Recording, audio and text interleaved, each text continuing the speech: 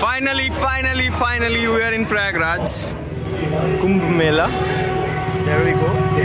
আমরা প্রয়াগরাজ পুরোপুরি যাইনি, আমরা মাঝখানে রাস্তায় একটা জায়গায় নেমে গেছি, যেখানে ট্রেন দাঁড়িয়েছিল হুট করে।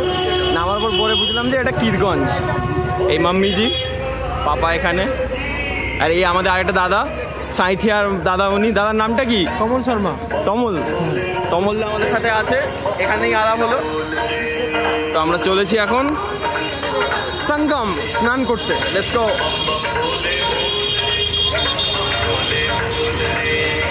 বম ভোল। এই পুরনো বাড়িঘর, প্রয়াগরাজ, এলাহাবাদ যাই বলুন,